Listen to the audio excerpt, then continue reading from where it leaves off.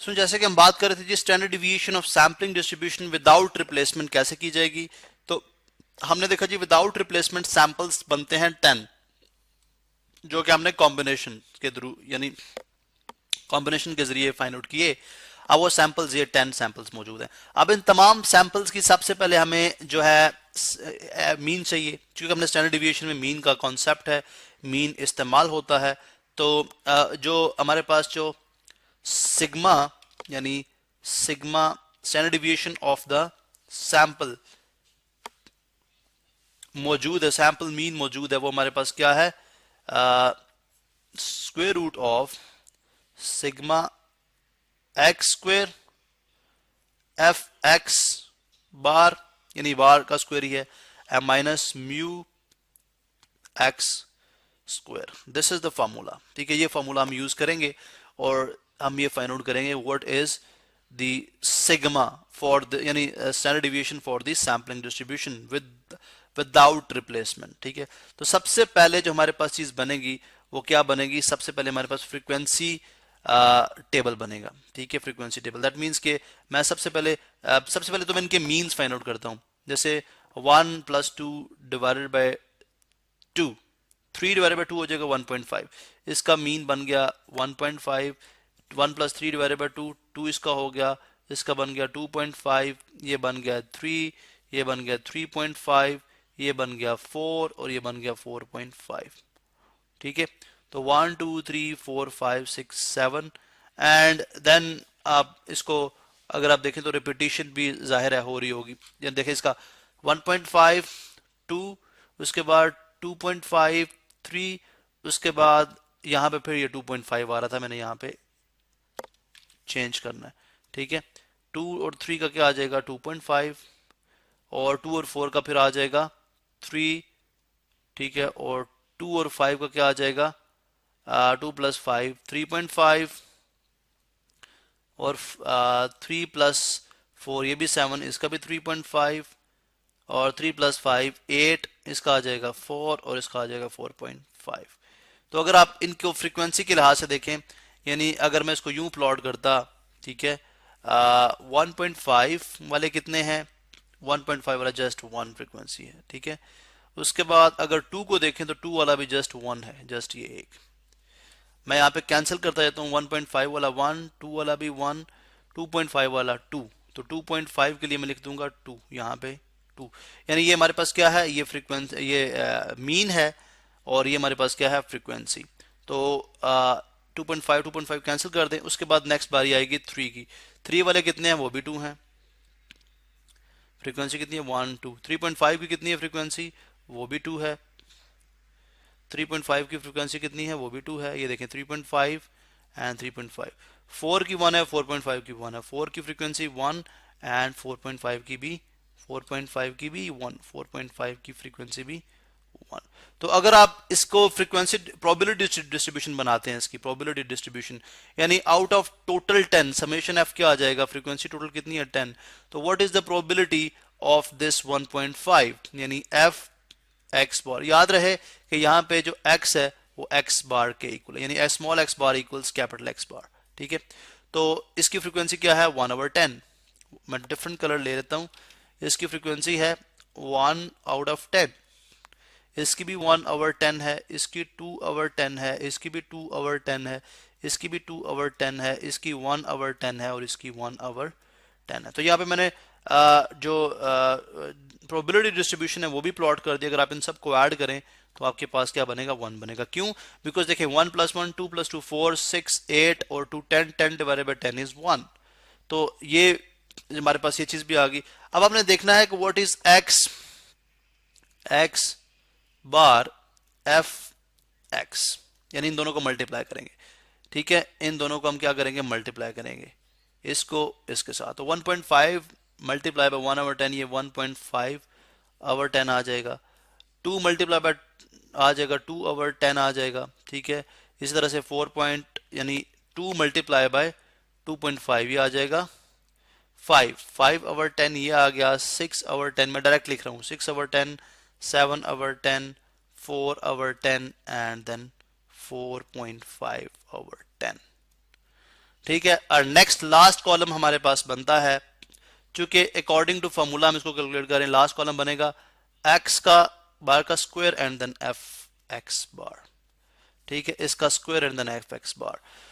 तो ये बन जाएगा जी हमारे पास, अगर आप देखें तो यहां पे देखें 1.5 इसका स्क्वायर करना है और इसको मल्टीप्लाई करेंगे प्रोबेबिलिटी डिस्ट्रीब्यूशन के साथ। ठीक है, तो 1.5 का स्क्वायर अगर आप देखें तो 1.5 टाइम्स 1.5 ये बनता है 2.25 मल्टीप्लाई बाय 1/10 तो ये आ जाएगा 2.25/10।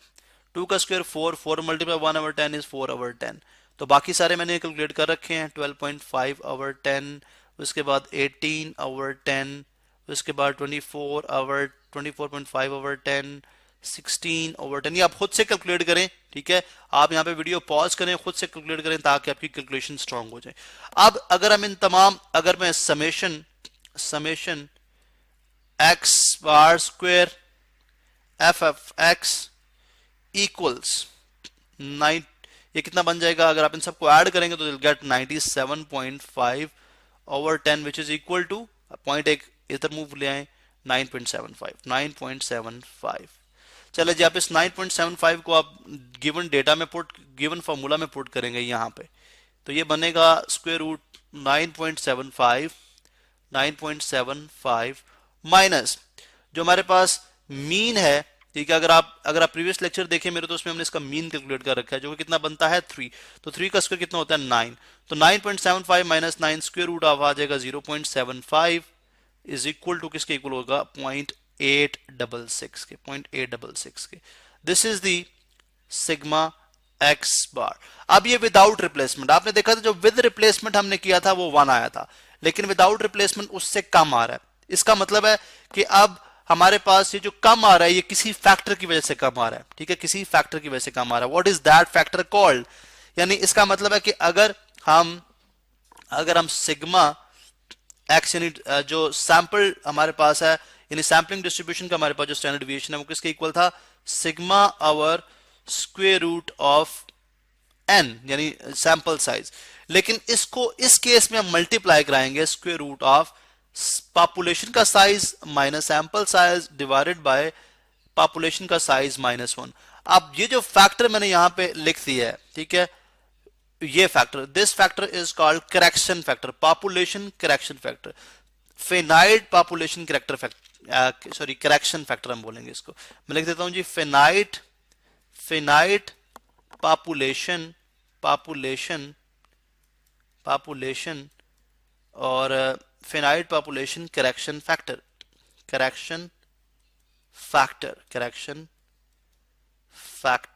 चलें जी, फिनाइट पॉपुलेशन करेक्शन फैक्टर। तो दिस इज हाउ वी, यानी ये इस तरह से रिलेट करेगा। अदरवाइज अगर आप विदाउट रिप्लेसमेंट विद रिप्लेसमेंट करते हैं तो फार्मूला जस्ट इतना होगा, अगर आप विदाउट रिप्लेसमेंट करते हैं तो फिर आपको ये जो फिनाइट पॉपुलेशन कैरेक्टर फैक्टर है इसको भी इंक्लूड करना पड़ेगा। ये जो डिफरेंस आ रहा है हमारे पास 0.86 हमारे पास कहां पे था, 0.86, सॉरी यहाँ पे हमने कैलकुलेट कर रखा था जी फॉर्मूला में, ये 0.866, इसका जो 1 से डिफरेंस आ रहा है दैट इज ड्यू टू, वो किस वजह से आ रहा है, वो आ रहा है फिनाइट पॉपुलेशन करेक्शन फैक्टर की वजह से। अब हमने देखना है कि अगर मैं देखें, अगर मैं जो सिग्मा एक्स बार है इसको मैं लेके आना चाहता हूं इक्वल टू 1, तो मुझे क्या करना पड़ेगा, मुझे इसको सिंपली यूं सॉल्व करना पड़ेगा। सिग्मा एक्स बार, अब सिग्मा फॉर पॉपुलेशन ये कितना है 1.1, ये हमने टॉप पे कैलकुलेट कर रखा है। अगर आप देखें तो सबसे ऊपर हमारे पास ये मौजूद है, ये देखें, ये स्क्रीन पे देख सकते हैं 1.4142, तो इसको मैं यहाँ पे एज इट इज रखूंगा 1.4142 1.4142 divided by square root n यानी स्क्वायर रूट 2, ठीक है, square root 2 multiplied by n, what is n, क्या n 5 था और minus sample size 2 divided by 5 minus 1। तो आप ये देख सकते हैं जी हमारे पास 1.4142 ये दरअसल कितना है, ये हमारे पास अगर आप ये देखें तो ये हमारे पास वही बनता है, यानी अगर मैं आपको यहां पे शो करूं स्क्वायर रूट 2 ही दरअसल 1.412 बनता है, ठीक है। सॉरी, यहाँ पे 2 का स्क्वायर रूट करूं अगर मैं तो 1.412, इसका मतलब है ये जो टर्मिनोलॉजीज हैं ये तो दोनों हो जाएंगी कैंसिल, ठीक है, ये तो हो जाएंगी कैंसिल। अब पीछे रह गया 5 माइनस 2 जो कि बनता है 3 और 5 माइनस 1 जो बनता है 4। 3 डिवाइडेड बाय 4, 3 डिवाइडेड बाय 4 और इसका स्क्वायर रूट, इसका स्क्वायर रूट, तो आप देख सकते हैं जी 3 डिवाइडेड बाय 4 करें इज इक्वल टू दिस और इसका स्क्वायर रूट बनता है 0.866, ठीक है। सिग्मा एक्स बार इक्वल 0.866। तो अगर आप ये देखें तो ये एग्जैक्टली वही आता है जो भी हमने कैलकुलेट किया है 0.866, ठीक है। दैट मीन्स कि अगर आप उस मेथड से भी करें तो हमें ये बात समझ आती है कि हमारे पास जो विदाउट रिप्लेसमेंट आएगा, विदाउट रिप्लेसमेंट आएगा पूरी सैम्पलिंग डिस्ट्रीब्यूशन का जो स्टैंडर्ड डिविएशन है वो इसके इक्वल होगा। तो अगर हम ये वाला फैक्टर इंक्लूड करते हैं फिनाइट पॉपुलेशन करेक्शन फैक्टर, तो उस केस में हमारे पास ये एग्जैक्टली सेम आता है। So this is the factor जिसकी वजह से हमारे पास ये सैंपल साइज पूरी सैम्पलिंग डिस्ट्रीब्यूशन का जो स्टैंडर्ड डिविएशन है वो डिफरेंट आ रहा है।